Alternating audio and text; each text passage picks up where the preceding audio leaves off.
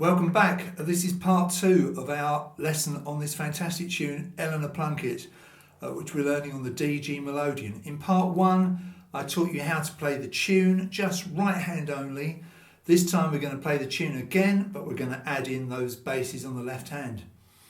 I've made this a two-parter because the first video is pretty long, and to be honest, although the video is probably about half an hour, 40 minutes in length, I recorded about an hour's worth of material, and I was quite tired by the time I reached the end of part 1.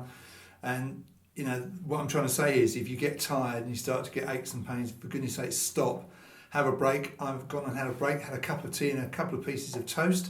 I'm feeling rejuvenated and ready to go. And it's a good point to always have a break, have a cup of tea, have a cup of coffee, go have a walk about, come back, and you'll really feel like cracking on with it. If you go on for hours and hours and hours, all you're going to do is wear yourself out, and you're not actually going to improve, I don't think.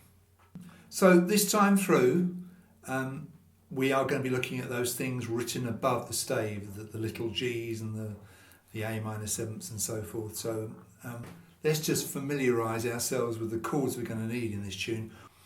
I'm going to talk about the way I use my fingers now on these buttons. If you've had one of my videos before, please jump to the timing on the little screen now. Because I'm going to go through this, and if you know all this, you won't want to hear this speech again. If you've not heard me talk about this, then stay tuned. When I first started playing the Melodeon, I used 3 fingers on these bass buttons because the little finger felt a bit weak, and lots of people have to say do that. Some only use 2 fingers. After about a year, I decided to take the advice of a couple of players that I've been following on the internet and use my first finger on these 2 buttons, my second finger on these 2, my third on these 2, my fourth on these 2. So in other words, a very logical approach, 1 finger per pair of notes. 4 pairs, 4 fingers, if you see my reasoning there.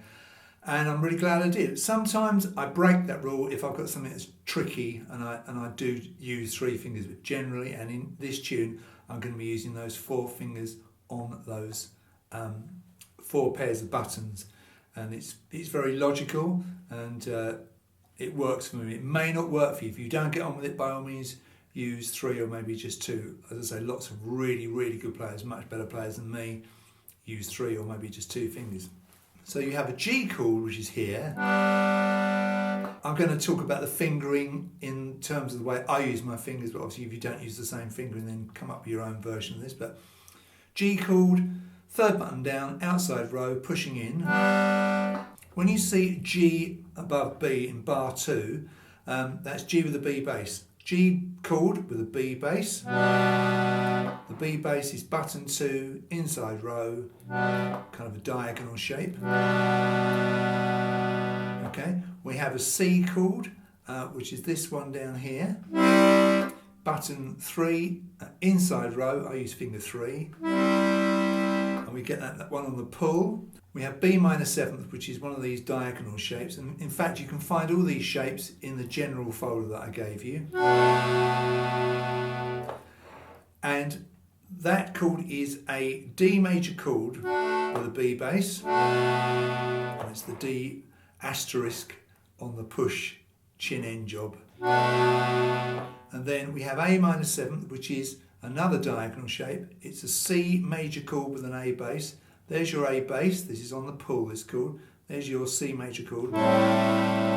So we have B minor 7th and an A minor 7th. Basically, minor 7ths are more or less the same as minors, but they also have that extra note, and they're a nice sort of subtle replacement for a minor chord.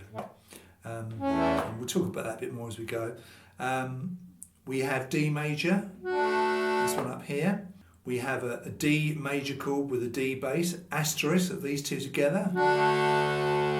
We have an E minor chord, that's this button here, button 1, inside row, pulling out.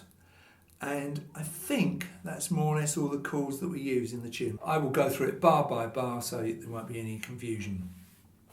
So when we start, and bear in mind this is the 2nd time through, NC stands for no chord, and you'll see that liberally sprinkled all over the music, because we want the tune to shine through. And sometimes with the this sort of sustaining left hand, the tune can get swamped and get drowned out by the left hand. We obviously don't want that, especially this beautiful tune.